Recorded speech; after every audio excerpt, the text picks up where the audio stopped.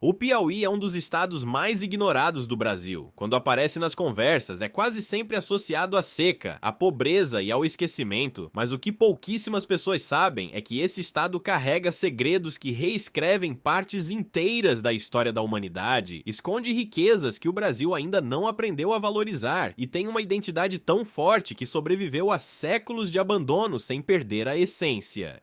Fique até o final porque as verdades mais impactantes sobre o Piauí estão nos minutos finais desse vídeo. O Piauí guarda a prova de que os humanos chegaram à América muito antes do que a história oficial ensinava. Na Serra da Capivara, no sudeste do estado, foram encontradas pinturas rupestres e vestígios arqueológicos que datam de pelo menos 50 mil anos atrás, possivelmente mais. Isso significa que seres humanos viviam no que hoje é o Piauí milênios antes das datas aceitas pelos livros didáticos para a chegada do homem ao continente americano. A pesquisadora brasileira Niede Guidon dedicou décadas da sua vida a escavar e datar esses sítios arqueológicos, enfrentando a resistência feroz de arqueólogos norte-americanos e europeus que não queriam aceitar que a América poderia ter sido habitada muito antes do que a teoria dominante pregava.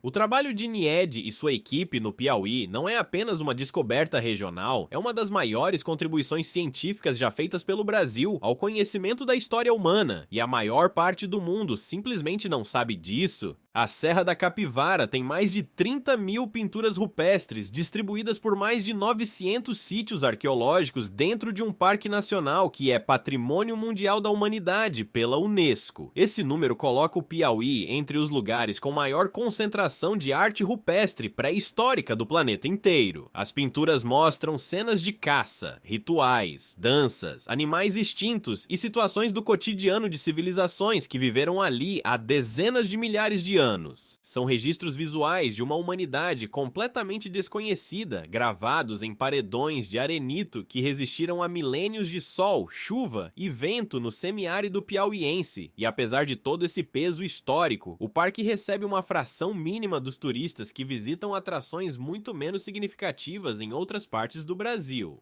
O Piauí tem uma singularidade histórica que o separa de todos os outros estados do Nordeste do Brasil. Foi o único estado brasileiro colonizado de dentro para fora, enquanto todos os outros estados da costa foram colonizados a partir do litoral, com os portugueses chegando pelo mar e avançando para o interior. O Piauí foi ocupado de forma invertida. Os primeiros colonizadores chegaram pelo sertão, vindos da Bahia, tangendo gado em busca de pastagens. O litoral piauiense foi o último a ser ocupado, não o primeiro. Essa peculiaridade geográfica e histórica fez com que a cultura, a economia e a identidade do Piauí se formassem a partir do interior, do sertão, do vaqueiro e do gado, e não do mar, do porto e do comércio, como aconteceu com os estados vizinhos. Essa diferença de origem explica muito sobre como o Piauí pensa, como o Piauí se organiza e por que o Piauí nunca se encaixou nos modelos de desenvolvimento aplicados ao resto do Nordeste. Teresina é a única capital do Nordeste que não está no litoral e também a única que fica na confluência de dois rios, o Parnaíba e o Poti.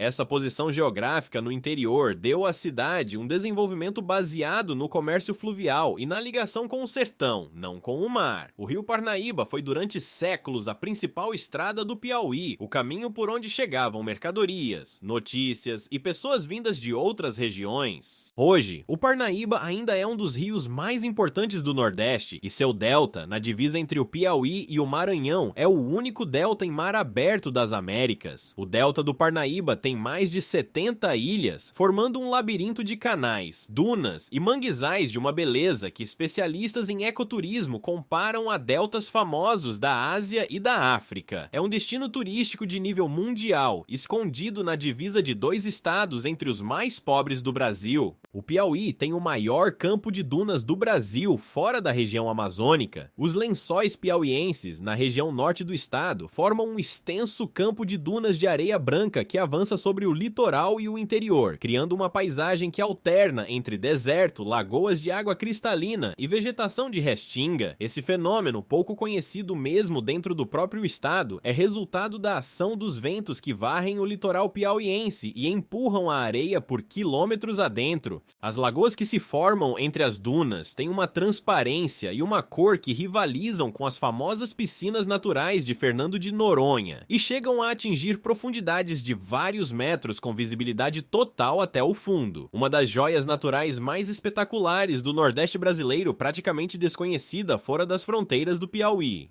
A economia piauiense esconde um potencial energético que poucas pessoas conhecem, mas que está começando a transformar o estado. O Piauí tem uma das maiores incidências de energia solar do mundo. A combinação de altitude, baixa cobertura de nuvens e alta intensidade de radiação solar faz do sertão piauiense um dos lugares do planeta com maior geração potencial de energia fotovoltaica. Empresas de energia de vários países já identificaram esse potencial e começaram a instalar parques solares no estado. Além do sol, o Piauí também tem ventos constantes e intensos no litoral e no interior, tornando o estado um dos maiores geradores de energia eólica do Brasil. Um estado historicamente pobre e seco está se tornando um fornecedor estratégico de energia limpa para o país inteiro, e essa transição está acontecendo de forma acelerada e silenciosa, longe dos holofotes da mídia nacional. Poucos sabem que o Piauí foi palco de uma das revoltas populares mais sangrentas e menos estudadas da história do Brasil. A Balaiada, que eclodiu no Maranhão em 1838, mas se espalhou com força pelo Piauí, foi uma revolta de escravizados fugitivos, índios e camponeses pobres que resistiram por anos ao exército imperial. No Piauí, a resistência foi particularmente intensa, com grupos de revoltosos se entrincheirando no sertão e criando comunidades autônomas que desafiaram o poder central por anos. A crueldade com que a revolta foi suprimida e o esquecimento deliberado que veio depois revelam muito sobre como o Brasil sempre tratou suas populações mais vulneráveis. Essa história de resistência popular que correu sangue no chão piauiense raramente aparece nos livros de história do ensino médio.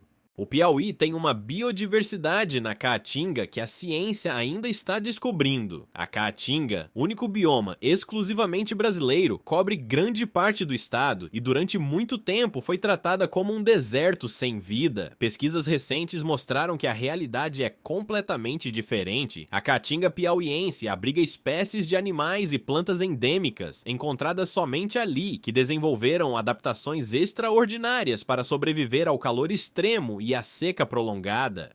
Pesquisadores já identificaram na Caatinga do Piauí espécies de abelhas nativas que produzem um mel com propriedades medicinais únicas, plantas com compostos químicos que interessam à indústria farmacêutica e répteis e anfíbios que existem apenas nessa região do planeta. O que parece vazio e morto para quem passa de carro pela estrada é na verdade um laboratório biológico complexo que a ciência ainda está aprendendo a ler.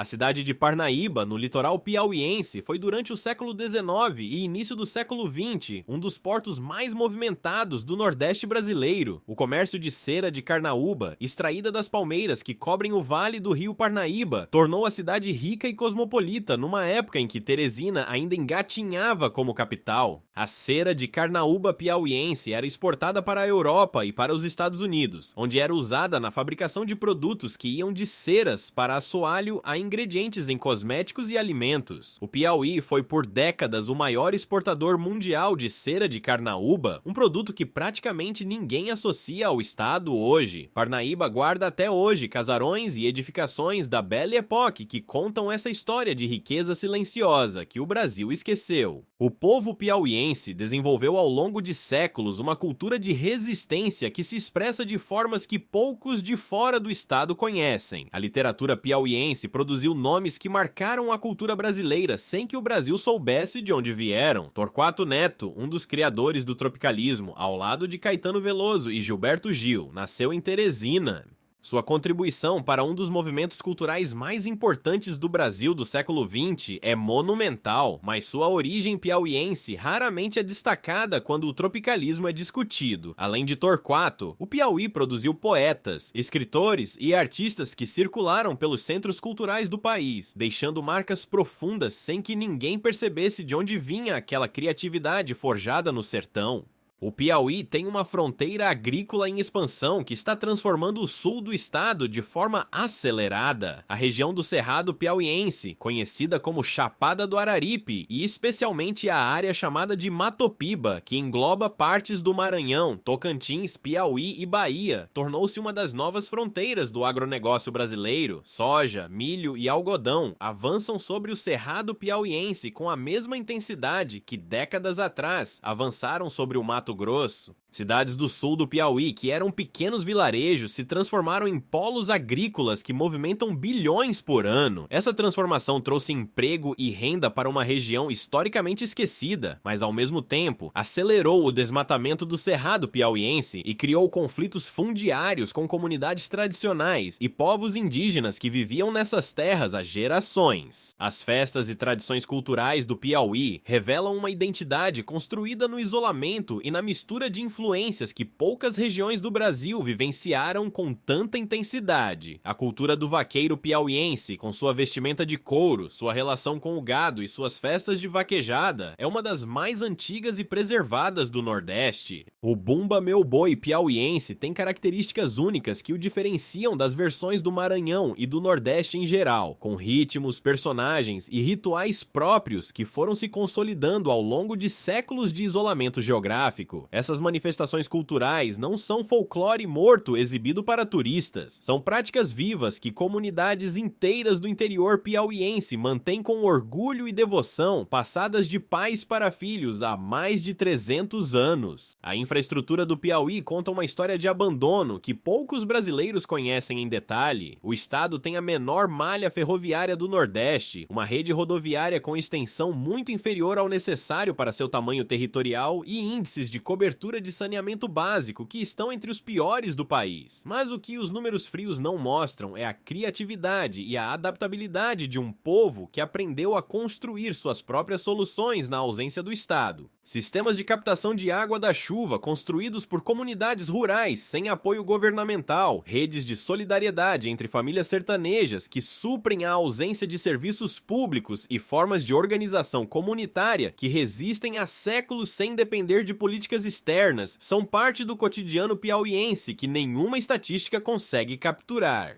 E a última verdade sobre o Piauí é a que mais dói e ao mesmo tempo a que mais inspira. O Piauí é um estado que o Brasil nunca tratou como deveria, nunca investiu como merecia e nunca reconheceu como a sua história exigia. Um estado que tem a prova de que humanos chegaram à América 50 mil anos atrás, que tem um dos deltas mais bonitos das Américas, que produziu criadores do tropicalismo, que alimenta o Brasil com sua nova fronteira agrícola, que guarda a maior arte rupestre do hemisfério ocidental e que tem energia solar e eólica suficiente para iluminar países inteiros, ainda aparece nos debates nacionais apenas como símbolo de atraso e esquecimento. O Piauí não é pobre de riquezas. O Piauí é pobre de reconhecimento. E depois de tudo que você acabou de descobrir, talvez seja a hora de o Brasil começar a mudar isso. Compartilha esse vídeo com alguém que ainda não sabe o que o Piauí tem para mostrar.